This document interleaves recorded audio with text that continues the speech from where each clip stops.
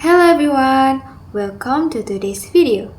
In this video, we're going to learn about two important topics in pragmatics, the cooperative principle and implicature. These concepts help us to understand how people communicate effectively and how meaning goes beyond just the words we say. So without further ado, let's get started.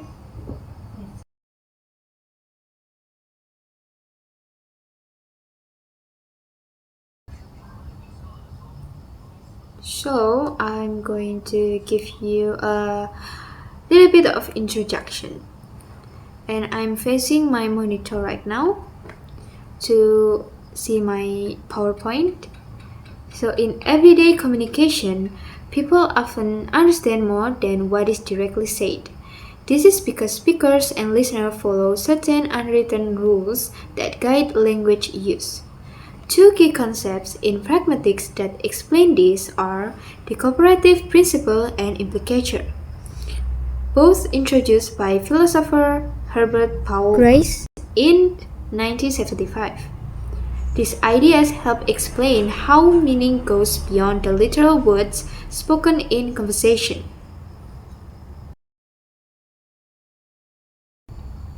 So the first topics that we're going to talk about is cooperative principle. The cooperative principle, introduced by Herbert Paul in 1975, it explains how people often understand more than what is directly said in conversation. Chris suggested that speakers and listeners follow unspoken rules to make communication clear, truthful, relevant, and informative. This idea became central in pragmatics, helping to explain how meaning is interpreted in context. In cooperative principle, there are 4 unspoken rules or maxims that we are going to talk about. So, the first maxim is maxims of quantity.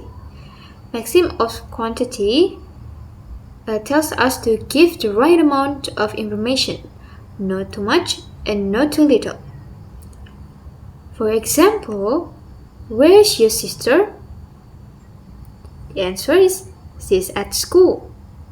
This is just the right amount of information. If B says she is at the 3rd floor wearing a red sweater, it would be too much information and it's unnecessary. And it can break the maxim. So the second one is maxims of quality. In this maxim, we have to be truthful. Do not say what you believe is false or something without evidence. For example, is Dina a doctor? The answer is yes, she works at the hospital. But if B says yes, but B doesn't know that Dina's work at hospital, that it would be a lie and it can break the maxim. So you have to believe that your statement is true and with evidence. Then third maxim is maxims of relevance. In these maxims, you have to say things that are related to the topic. For example, I'm really hungry. And B answers, there's pizza in the fridge. This is relevant because A talked about hungry and B says there's pizza in the fridge. But if B says my phone is broken, that it would be unrelevant and it can break the maxim. And the fourth maxim is maxims of manner. These maxims we have to be clear, brief, and avoid confusion. For example, instead of saying he departed from this world, say he died. Because the first sentence is confusing and too indirect. Like, what is he departed from the world? And the second sentence is clear and easy to understand. Just simple, like he died. And it follows the maxim of manner.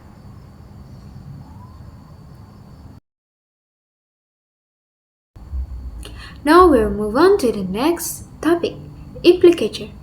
Implicature is an implied meaning that goes beyond what is directly said. It is also introduced by Herbert Paul Grace in 1975. It explained how listeners can understand hidden meanings in conversation by relying on context and shared assumptions. It is closely tied to the cooperative principle and helps explain how language works in real-life communication. Implicature, there's two types of implicature. The first one is conversational implicature. This type of implicature arises from the context of the conversation and the assumptions that the speaker is following the cooperative principle. There is two categories of conversational implicature. The first one is generalized conversational implicature, that it does not depend heavily on context. Second one is particularized conversational implicature, that strongly relies on specific context. For example, the first one is generalized conversational implication. A said, "Someone ate all the cookies." And B answered, "Well, John was in the kitchen." Even without saying it directly, B implies that John might be responsible based on the context. These implicatures are cancelable, meaning that the speaker can take them back. For example, John was in the kitchen, but I'm not saying he ate the cookies, like that. The second one is example of particularized conversational implicature. A said, "Are you going to the party tonight?" B said, "I have to work early tomorrow morning." Even B didn't say no, but based on the context and the maxim of relevance, A can infer that B probably won't attend because B has to work early tomorrow morning. The second type of implicature is conventional implicature. This occurs when the meaning is implied by specific words or expressions, regardless of context. It's often linked to connectives like but, even, or although. For example, she is poor but happy. The word but implies a contrast between poverty and happiness. Even if both parts of the sentence are true, the word but signals that this combination is unexpected or not worthy. The second example, even Sarah could solve that problem. The word even implies that it was surprising or unexpected that Sarah could solve it.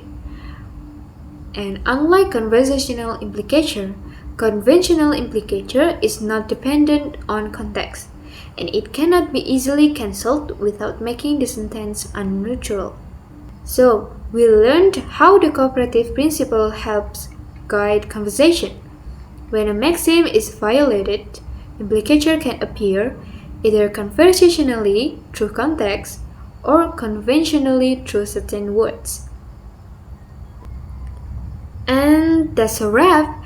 Today you have learned how cooperative principle helps us communicate clearly and how implicature allows us to understand what's meant even when it's not directly said.